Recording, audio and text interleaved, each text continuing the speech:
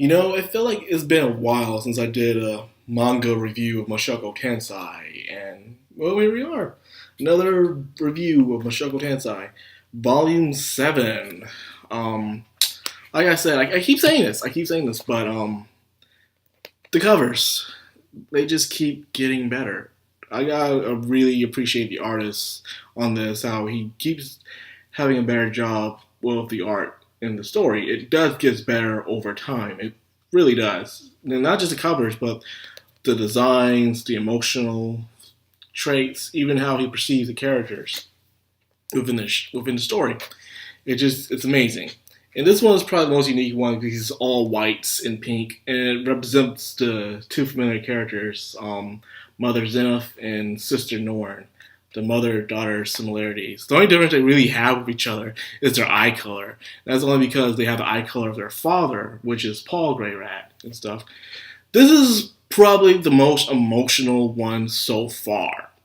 This is the most emotional volume I have read so far. It's really it packs a punch within the heart where some people have their family problems, and misunderstandings. For instance, you're out there trying your best in life, trying to do something. You're in your own situation, but at the same time, something else is going on without you knowing about it. And by the time you find out, it's too late.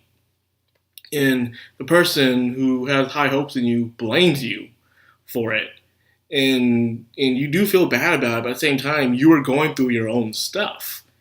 And because of that, you feel like you're being put on a lot of pressure for something that felt like wasn't really your responsibility because you had no understanding of no knowledge of it happening. So yet you're being blamed for it. And that kind of sucks. And that's what Rias goes through this time. Last chapter, Rias went through a lot, trying to survive, trying to protect Eris, trying to make it to the demon continent, just being responsible, having all the pressure put onto him because of all the group, he was the smartest between Redred and Eris and himself. So he had to do all the planning, all the financing, location setup, all that stuff. It was all on him. So he had the pressure of not screwing up, even though he screwed up a couple of times on a journey. So when you want to see someone you've been trying to reunite with, you have this big expectation. Say you haven't seen your own father in a long time, and he finally comes back home, and you're like, oh man, we do all this amazing stuff, and you have this picture in your head. And then when you do see him, it's completely different. Or it can be your mother or anybody else you look up to, and you finally see that person, and your expectation's been killed. Something else worse happens. And of course, you go into a fight, an argument, and you feel sad about everything. Isn't everything that go the way you want it to go in your head, You find out things can't be the same like they used to be. But at the same time, you understand the person that you were waiting for was going through their own thing as well. And that's the thing I like about Mushoku Tensei. It does matter of perspectives a lot in the story, where even when you're fighting a bad guy or just quarreling with someone in the story, that person themselves is going through their own, problems in life.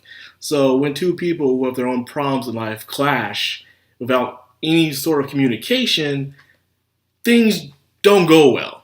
They don't. That's just basic human understanding right there. And this was a deeply emotional chapter because Rudius just finally got out of the demon continent, and he's in the city of Milis. Well, the continent of Milis, finally. A very religional area of their world. And he met his father, and instead things didn't go the way he wanted to go. At the same time, the father had his own guilt as well, where they're trying to unite the family. Because like I said before, the teleportation mana calamity caused the entire city to disappear, and people are all over the world in different places. Some dangerous, some not dangerous, some you don't know where they're at all. You don't know if they're alive or dead. And it's a very haunting matter, a very dangerous situation to be put into. So, neither the two perspectives, it's just very sad in a way, You understand where both sides, you can't really get mad at any of them because they have their own stuff to go through. Rays have to survive in the most dangerous place on their planet and make it back alive, where the father was trying to find the rest of the family and panicking because all he had was his little daughter with him. But yet he was still missing his two wives his other daughter, and of course his son. But knowing his son was a genius, he was having a lot of expectations with his son. Like, okay, he could probably figure something out since he's smarter. But it didn't happen like that. So it's a giant miscommunication. So this was more of a family thing of them trying to reunite with each other, despite all the hell they went through. This was a very sad, emotional chapter. It was just amazing.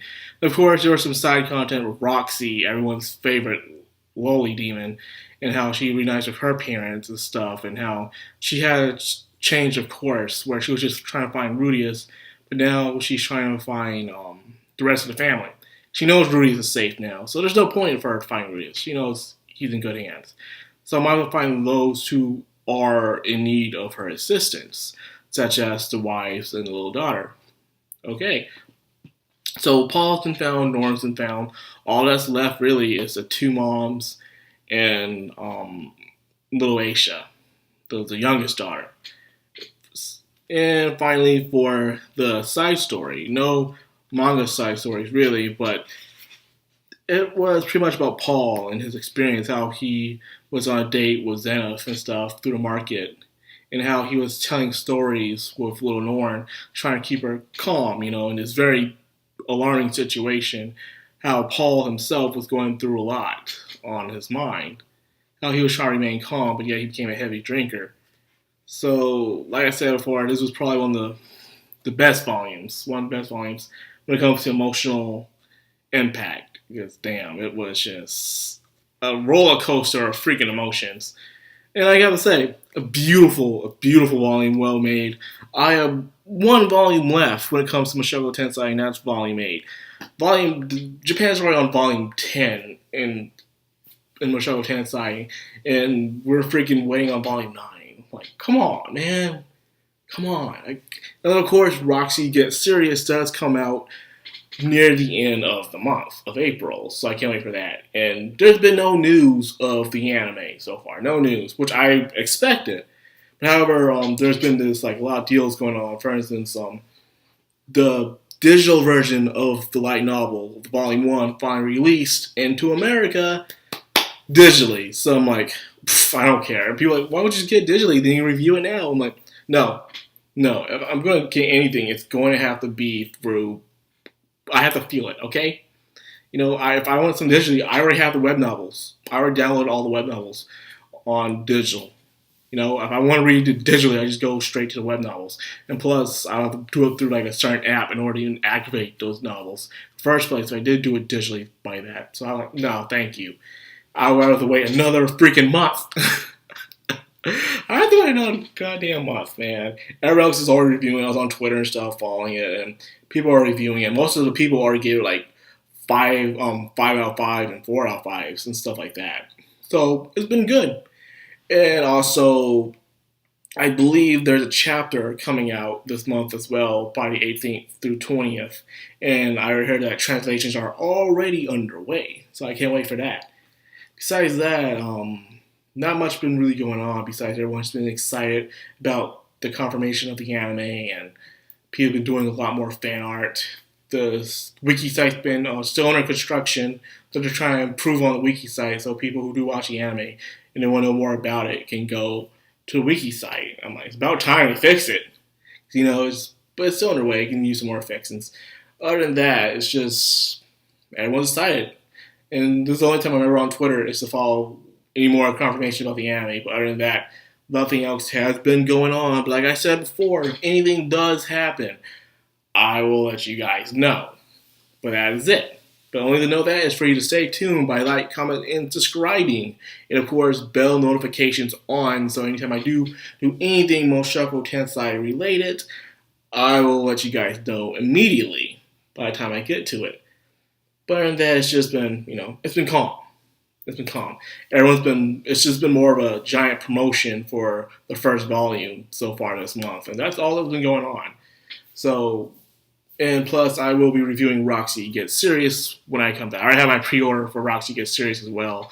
So I'm waiting on 2 pre-orders right now for that. So yeah, that's all I got for this video. I hope you guys enjoyed it. And if you did, you already know what to do. Anyway, I'll see you guys in the next video. Madcrownxox out.